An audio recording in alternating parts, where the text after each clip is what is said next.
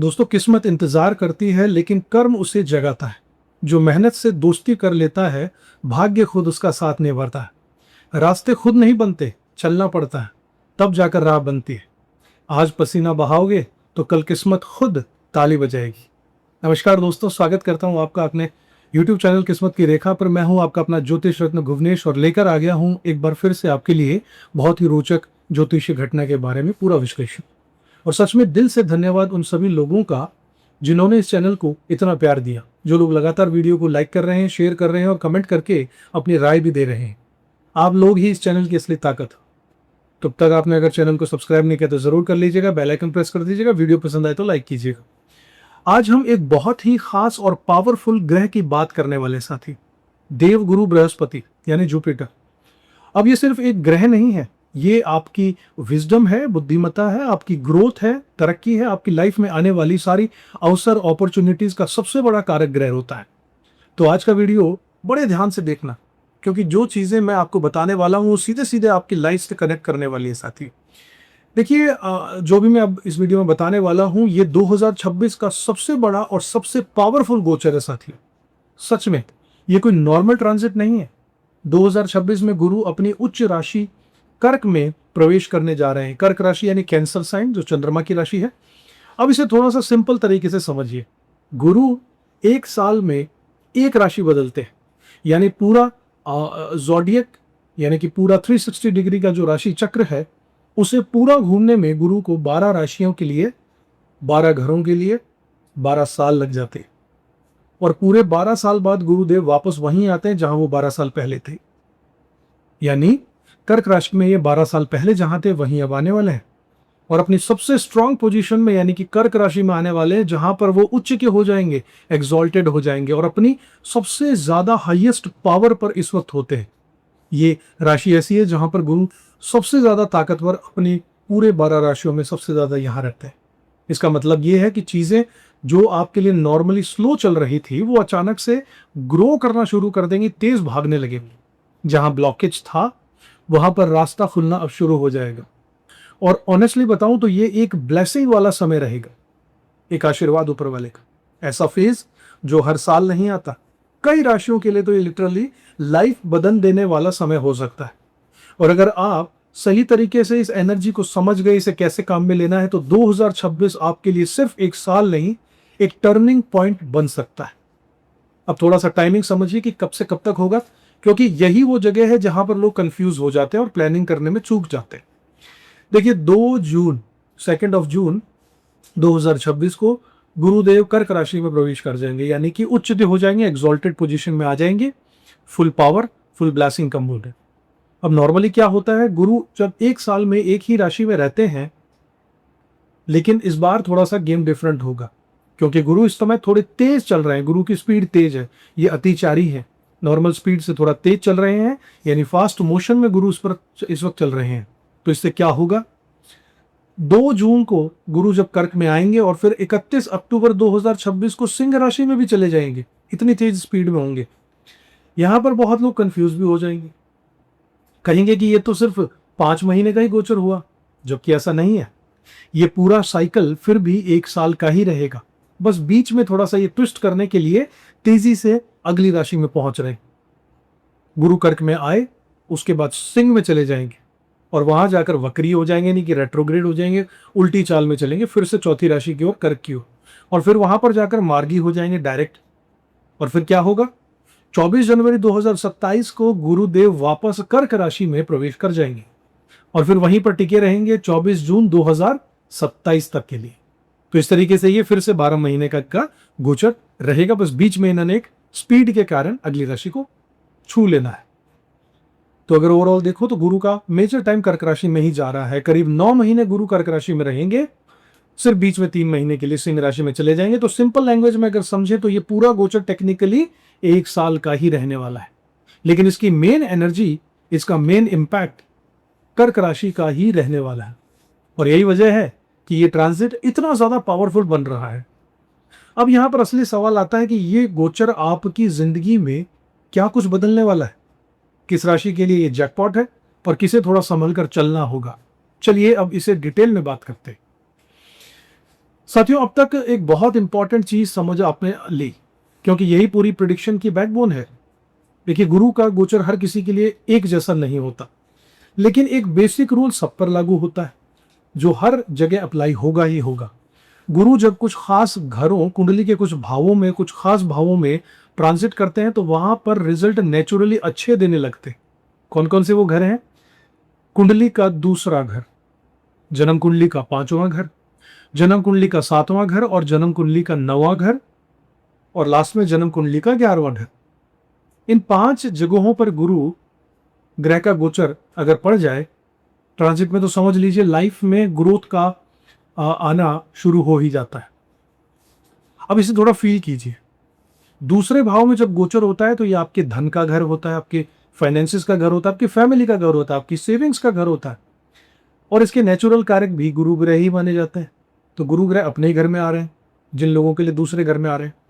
जिन लोगों के लिए गुरु ग्रह 5वें घर में आ रहे हैं, ये सिर्फ पढ़ाई का, एजुकेशन का ही घर नहीं होता है, ये आपकी बुद्धि का भी घर है, आपके डिसीजन मेकिंग पावर का घर है, और कहीं ना कहीं ये आराम से इजीली मिलने वाले गेन्स, बचत, फायदा, और आपकी क्रिएटिविटी का भी घर यही माना जाता है। 7वें घर की अगर बात करूं, जहां पर गुरु का गोचर जिन लोगों के लिए होगा, वहां रिलेशनशिप का घर है 7वां, पार्टनरशिप का घर है, मैरिज का घर है। लाइफ का बैलेंस भी यहीं से बनता है। इसके बाद जब 9th हाउस किसी के लिए गोचर हो रहा है, तो वहां शुभ है, गेम चेंजर है। आपका भाग्य, आपका लक, आपकी स्पिरिचुअलिटी, आपकी ब्लेसिंग्स, और जो भी लाइफ में बिना किसी स्ट्रगल के आपको मिलता है, वो 9th हाउस से ही देखा जाता है। और 11वें घर की अगर बात करूं, तो इनकम का घर कहलाता है, फायदों का, गेम्स का, डिजायर्स फुलफिलमेंट होने का घर 11वां कहलाता है, नेटवर्किंग का भी, जो चाहा वो मिलने का घर 11वां घर है। अब जरा इसे कनेक्ट करो। धन का कारक गुरु, ज्ञान का कारक गुरु, संतान का कारक गुरु, भाग्य का कारक भी गुरु। मतलब एक ही ग्रह आपके जीवन के इतने बड़े बड़े एरियाज को कंट्रोल करता है। तो अगर ऐसा ग्रह सही जगह पर ट्रांजिट करने आ जाए, तो कितना बड़ा फर्क पड़ेगा, ये आप खुद इमेजिन कर सकते हो।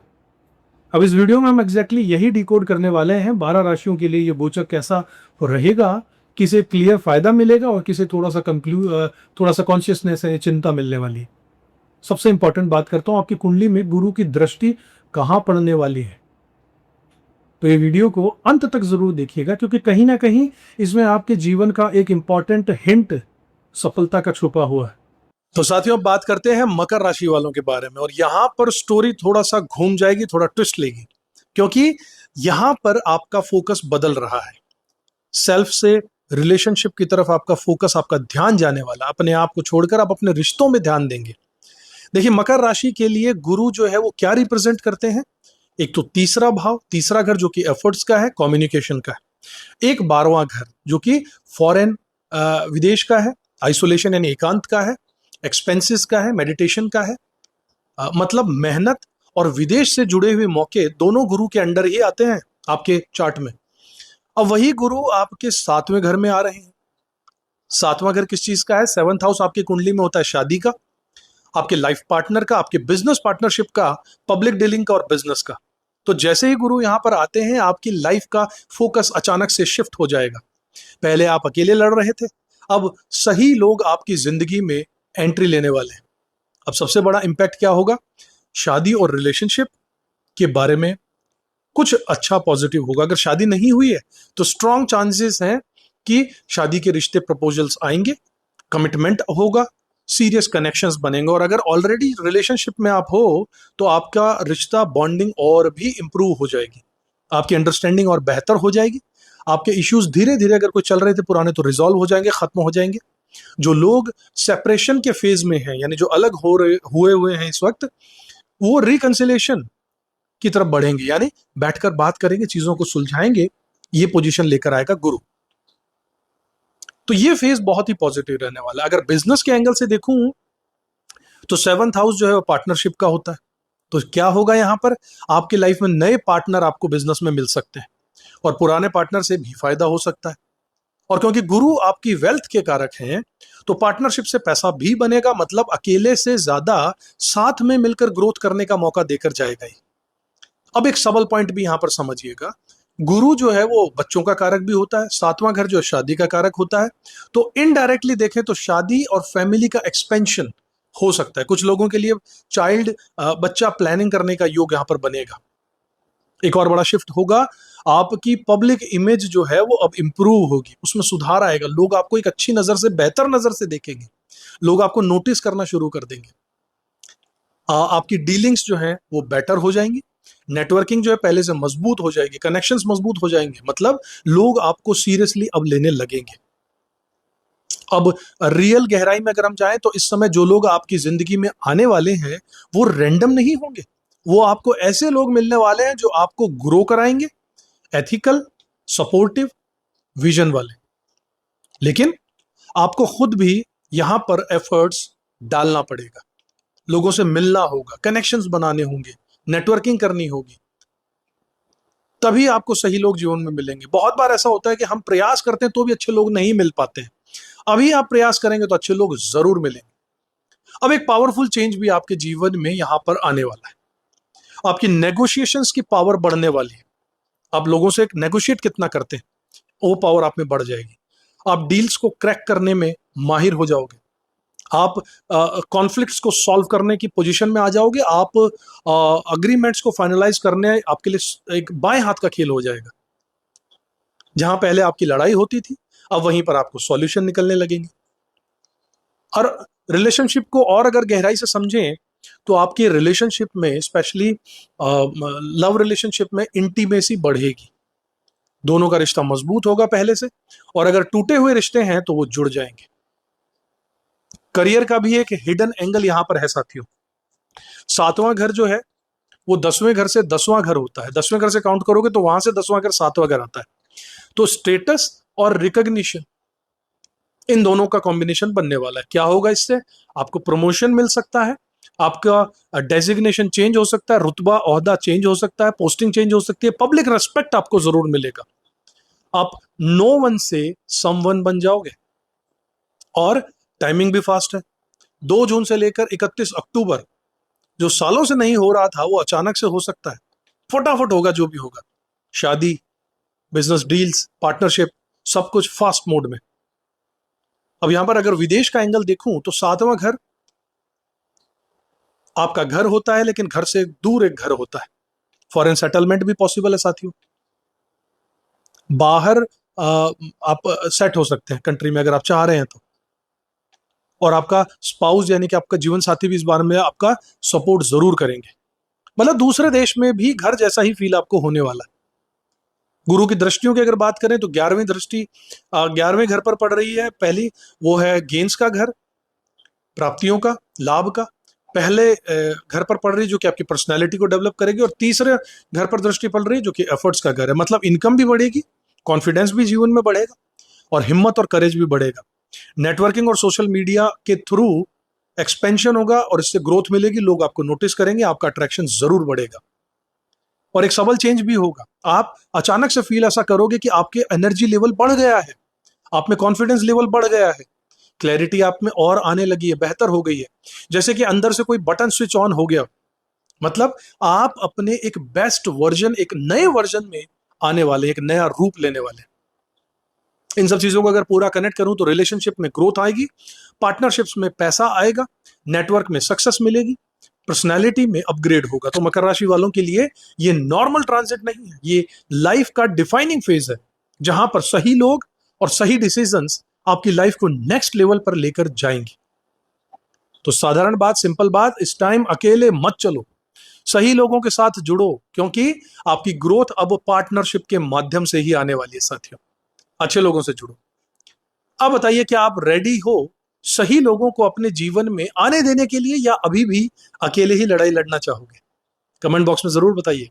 एक बहुत जरूरी बात आपसे कहूं तो ईमानदारी से ये पार्ट स्किप मत करना, क्योंकि अगर आपकी कुंडली में गुरु स्ट्रांग यानी मजबूत नहीं है तो इतना पावरफुल गोचर भी अपना फायदा नहीं दे पाएगा साथियों।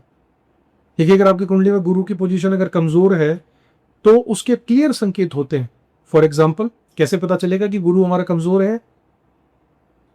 गुरु राहु और केतु के एक्सिस में अगर फंस जाए, इन दोनों के बीच में अगर कहीं फंस जाए गुरु, तो गुरु कमजोर हो गए। गुरु अगर आपकी कुंडली के छठे, 8वें या 12वें घर में हो तो भी कमजोर हो गया। गुरु शनि या मंगल से ग्रस्त हो, दृष्टि से हो, संबंधों से हो, युतियों से हो, तो भी गुरु अफ्लिक्टेड यानी कमजोर हो जाता है। गुरु अगर उल्टी चाल चल रहा हो, रेट्रोग्रेड हो, या फिर गुरु अगर सूर्य के नजदीक आकर अस्त हो गया हो कुंडली में, कॉम्बस जिसे कहते हैं, तो भी गुरु कमजोर है। ऐसी सिचुएशन में क्या होता है? ऐसे सिचुएशन में आपको कोई गाइडेंस आप चाहते हैं किसी से और वो आप नहीं ले पाते, आप डिसीजंस गलत लेने लगते हैं, आपकी ग्रोथ स्लो होने लगती है। तो ऐसे में एक चीज बहुत जरूरी हो जाती है, गुरु को ताकत देना, मजबूत करना। और अच्छी बात यह है कि गुरु की रेमेडीज यानी कि उपाय बहुत सिंपल होते हैं, लेकिन इंपैक्ट इनका बहुत गहरा होता है, असर बहुत गहरा डालते हैं। तो मैं आपको रेमेडीज बता देता हूं, जरूर कीजिएगा। सबसे पहले और सबसे पावरफुल रेमेडी की बात करूं साथियों, ध्यान से सुनिएगा, अपने गुरु, अपने टीचर की रेस्पेक्ट शुरू कीजिए, उन्हें इज्जत दीजिए, उनके लिए कुछ कीजिए अपनी तरफ से। ये सिर्फ एक एडवाइस नहीं है, ये सीधा सीधा गुरु को ताकत देना, स्ट्रेंथन करना कहलाता है। क्योंकि गुरु क्या है? गुरु ज्ञान है, गुरु बुद्धि है, विजडम है, गाइडेंस है। तो जिस इंसान से आपको नॉलेज मिल रहा है, अगर आपको उसको रेस्पेक्ट करना शुरू कर देते हो, तो इनडायरेक्टली आप अपने जीवन में गुरु की एनर्जी को एक्टिवेट कर रहे हो। दूसरी रेमेडी बताऊं साथियों, तो किसी को पढ़ाई में अगर मदद करना है तो ये बहुत ही पावरफुल है और बहुत अंडररेटेड भी है साथी। आपको बड़ा कुछ करने की जरूरत यहां पर नहीं है। किसी बच्चे को पढ़ा दो, किसी को सब्जेक्ट समझा दो, किसी से अपने नोट्स शेयर कर दो, या सिंपल आप 10 रुपए की पेंसिल भी किसी को गिफ्ट कर सकते हो, स्कूल का बैग दे सकते हो, यूनिफॉर्म दिला सकते हो, स्टेशनरी में मदद कर सकते हो, या फिर अपना समय देकर किसी को पढ़ने में सपोर्ट कर सकते हो। क्योंकि याद रखिएगा, किसी को ज्ञान देना किसी की लर्निंग में और किसी की प्रोग्रेस में हेल्प जरूर करता है, और यही सीधा सीधा गुरु का काम है। और जब आप ये सब करते हो तो गुरु ऑटोमेटिकली स्ट्रांग होने लग जाते हैं आपके जीवन में। अगर आप थोड़ा सा ट्रेडिशनल रेमेडीज करना चाहते हो साथियों, तो आप मंत्र कर सकते हो, ओम ब्रह्म बृहस्पतये नमः। स्क्रीन पर आप देख सकते हैं, ओम ब्रह्म बृहस्पतये नमः। इस मंत्र की रोज एक माला का जाप जरूर कीजिए। यह आपके दिमाग को स्टेबल करता है और गुरु की एनर्जीज को बैलेंस भी करता है। इसके अलावा पीली चीजों का दान आप कर सकते हैं। तीसरा उपाय है, पीली चीजों का दान कीजिए, जैसे कि पीले कपड़े, पीले फूल, हल्दी, चने की दाल, ये सब भी गुरु को ताकत देते हैं। अब एक ऑप्शन और होता है, वो है पुफराज यानी कि येलो सफायर स्टोन पहनना अंगूठी के रूप में। लेकिन यहां बहुत सारे लोग गलती कर देते, तो इस पॉइंट को बड़ा ध्यान से समझिएगा। पुखराज इंसान को यानी येलो सफायर तभी पहनना चाहिए जब आपकी कुंडली में गुरु छठे घर में, 8वें घर में या 12वें घर में ना हो। तो आपको पता होना चाहिए कि गुरु इन घरों में तो नहीं है। अगर इन घरों में गुरु बैठा है और आप पुखराज पहन लेते हो तो क्या होगा? वही नेगेटिव इफेक्ट्स एम्पलीफाई हो सकते हैं। जो कमियां हैं, जो नेगेटिव इफेक्ट्स हैं, वो बहुत ज्यादा बढ़ जाएंगी। इसलिए आंख बंद करके स्टोन मत पहनिए, अच्छे से चीज को समझ कर कीजिए। अपनी जन्म कुंडली का विश्लेषण करवा सकते हैं, गहराई से विश्लेषण करवाने के बाद स्टोन्स पहनिएगा। तो ओवरऑल अगर आपका गुरु कमजोर है तो ये छोटे छोटे कदम आपके जीवन में बहुत बड़ा परिवर्तन ला सकते हैं। और एक रिक्वेस्ट आपसे करूंगा आखिर में, अगर आपको वीडियो वास्तव में यूजफुल लगा हो, कुछ नया सीखने को मिला हो, तो कमेंट में जरूर बताइएगा। और कमेंट बॉक्स में लिखिएगा आई एम रेडी। हिंदी में लिख सकते हैं, मैं तैयार हूं हर सिचुएशन के लिए। आपका फीडबैक से ही हमारे कंटेंट को और बेटर बनाने में हमें मदद मिलती है साथी। और आप वीडियो को शेयर करना मत भूलिए। चैनल को अब तक सब्सक्राइब नहीं किया तो जरूर कर लीजिएगा, बेल आइकन प्रेस कर दीजिएगा। अगले वीडियो में मैं फिर से आपसे मिलूंगा, तब तक खुश रहिएगा, अपना कर्म करते रहिएगा, ऊपर वाले में विश्वास जरूर रखिएगा साथियों। जन्म कुंडली का विश्लेषण करवाना चाहे तो स्क्रीन पर नंबर आप हमसे संपर्क कर सकते हैं। फिर मिलेंगे, तब तक खुश रहिएगा, अपना कर्म करिए। जय श्री राम।